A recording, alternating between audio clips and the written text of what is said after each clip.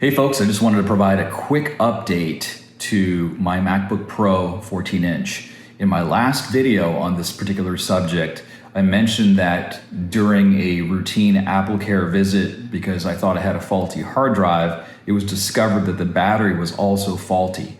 That battery has been replaced, and when I received the laptop back from the Apple Repair Center, it had a small nick on it. Well, I'm pleased to report that Apple did the right thing. They took my information down. They ordered a bottom case replacement, brand new one. It came in, and I went to the Apple store yesterday, and they installed it for me within an hour, and I was back and I'm up and running. None of my data was lost. Everything is running rock solid great.